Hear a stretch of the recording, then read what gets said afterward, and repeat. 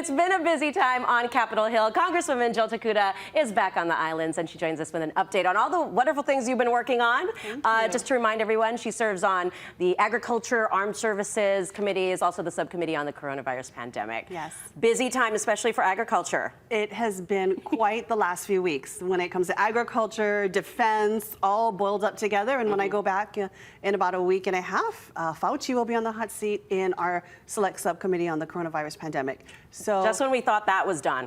You know, it's not, unfortunately. And so we've got a lot of hard work to do. All right, well, let's talk about this 13-hour farm bill discussion. Okay, what are the main takeaways? That was a pretty big decision. You know, as you know, the farm bill is 1 year delayed. It was supposed to be passed last year, and because of all this, partisan divide and chaos, we could not move it forward. And so it was a big week last week with the farm bill. First and foremost, I was very happy that so many of our Hawaii priorities we were fighting for were in the Republican draft of the Farm Bill, including some big things like making sure that we have parity when it comes to SNAP, our food money for our local people. Neighbor islands had been basically, in my eyes, discriminated against in the law, and I had been fighting to fix and correct that. The chairman saw that, he put that in the bill. It was not a perfect fix, but the fact that it recognized the inequities that Hawaii face, in particular, our neighbor islands face, and they wanted to help us fix it. It's on the table now for negotiations. That's a big win. Making sure we can buy local food for our food pantries, that was a big win for us. Increasing micro grants for food securities, helping local families, small businesses, upping that to $30 million in the House draft. That was a big deal. Lots of big wins that we had been fighting for, I'd been fighting for on the committee, reflected. Unfortunately, as you've probably heard from the national level, so many of those priorities came at the expense of billions of dollars in SNAP funds, food money, conservation programs that are going to help small farmers.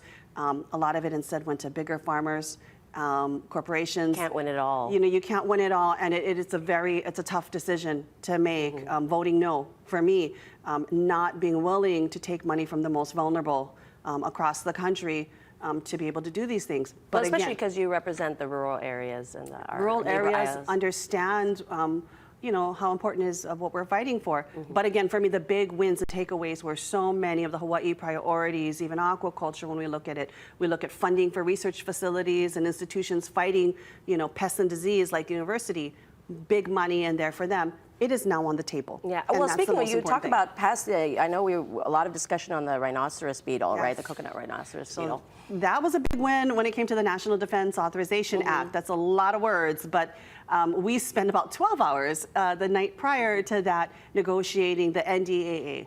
And for myself, it was important that the military recognize the roles that it plays in making sure we eradicate and prevent the entry of pests and disease like coconut rhinoceros beetle. And so I was very happy that it was a big win to get into the NDAA, real strong language to make sure that they are a part of eradication of coconut rhinoceros beetle on our military lands. How are we going to look at biosecurity as a whole? Don't bring it in. We don't want anything in Hawaii coming in on any ships or cargo or planes. That's the biggest thing, our borders, right? Absolutely. We're running out of time, but real quickly, takeaways from the defense bill. It really, for me, was about fighting to make sure that the billions of dollars in construction that's happening here from Maui restoration, when we look at Red Hill, I fought to make sure that consideration was given for local contractors and local employees.